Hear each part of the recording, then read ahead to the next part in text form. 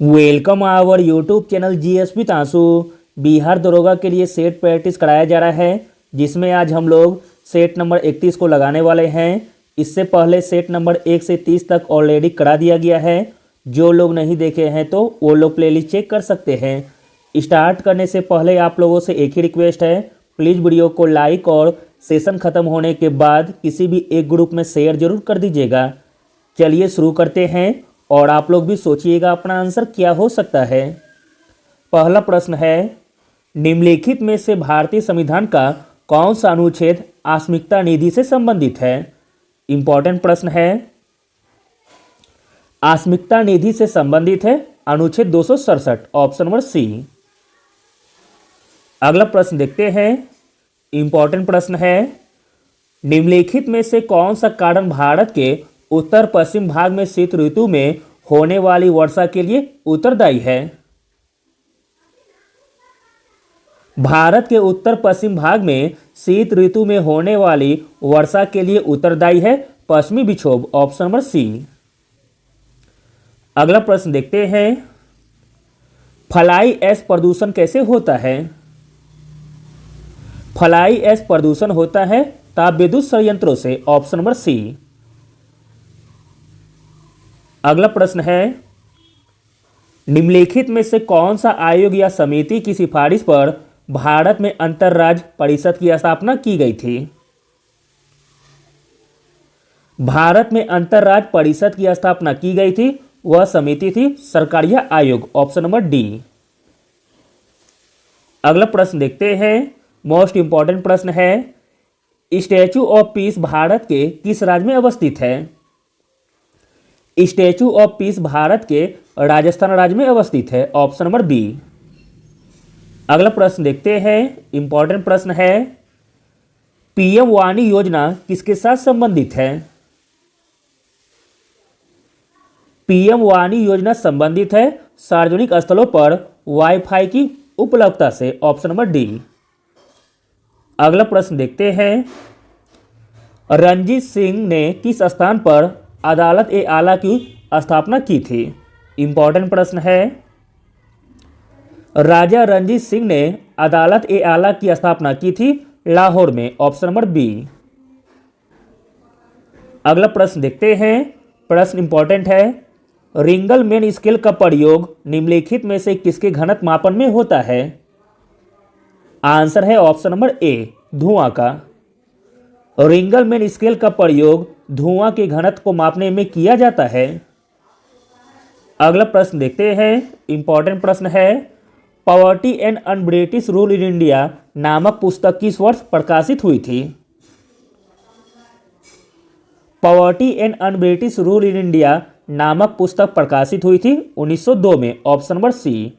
और इसे लिखा गया था दादा भाई नौरोजी के द्वारा। अगला प्रश्न देखते हैं। इंपॉर्टेंट प्रश्न है, खीरे को काट कर यदि नमक डाला जाता है तो निम्न में से किसके कारण पानी निकलता है। तो दोस्तों पानी निकलता है परासरण के कारण, ऑप्शन नंबर सी। अगला प्रश्न देखते हैं। इंपॉर्टेंट प्रश्न है, नोबी और कांतो मैदान निम्नलिखित में से किस देश में स्थित है। नोबी और कांतो मैदान स्थित है जापान में, ऑप्शन नंबर सी। अगला प्रश्न देखते हैं। इंपॉर्टेंट प्रश्न है, निम्नलिखित में से कौन सा देश काला सागर के तट पर स्थित नहीं है। काला सागर के तट पर स्थित नहीं है सीरिया, ऑप्शन नंबर ए। काला सागर यूरोप के दक्षिण पूर्वी छोर पर स्थित है।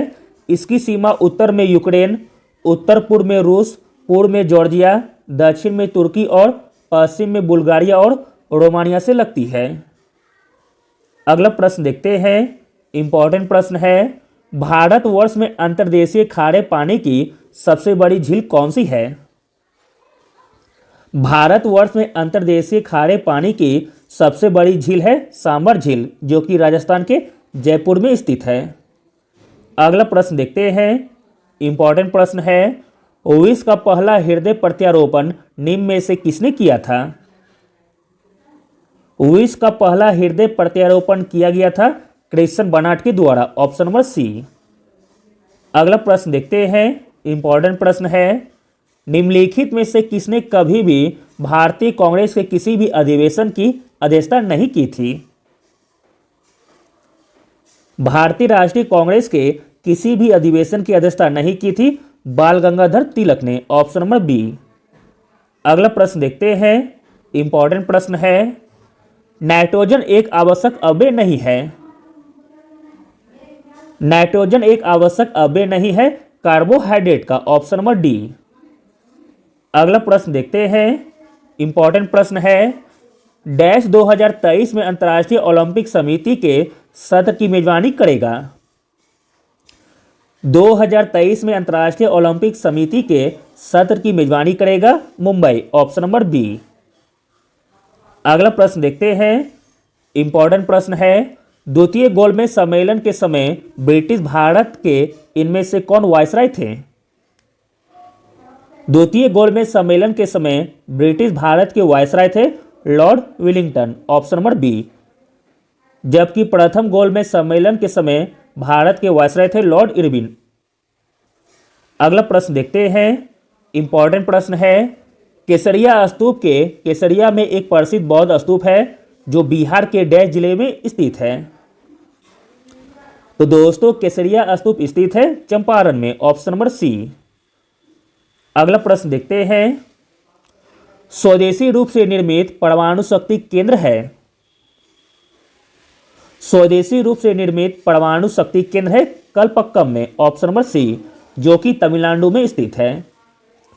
अगला प्रश्न है, इंपॉर्टेंट प्रश्न है, मौद्रिक नीति की रूपरेखा डैश के द्वारा बनाई गई है।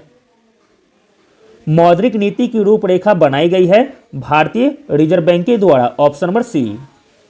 अगला प्रश्न देखते हैं, इंपॉर्टेंट प्रश्न है, उच्चतम न्यायालय के मुख्य न्यायाधीश बनने के लिए उच्च न्यायालय में कितने वर्षों का कार्य अनुभव आवश्यक है? आंसर है ऑप्शन नंबर बी, 10 वर्षों का। उच्चतम न्यायालय के मुख्य न्यायाधीश बनने के लिए उच्च न्यायालय में 10 वर्षों का कार्य अनुभव आवश्यक है। अगला प्रश्न देखते हैं, इंपॉर्टेंट प्रश्न है, तृतीय आंग्ल मराठा युद्ध के दौरान किस संधि पर हस्ताक्षर किए गए थे? तृतीय आंग्ल मराठा युद्ध के दौरान जिस संधि पर हस्ताक्षर किए गए थे वह संधि का नाम है मंदसौर की संधि, ऑप्शन नंबर सी। मंदसौर की संधि 1818 में की गई थी। अगला प्रश्न देखते हैं, इंपॉर्टेंट प्रश्न है, कौन सा राज्य right to health bill pass करने वाला पहला राज्य बना है? प्रश्न इंपॉर्टेंट है, right to health bill pass करने वाला पहला भारतीय राज्य बना है राजस्थान, ऑप्शन नंबर डी।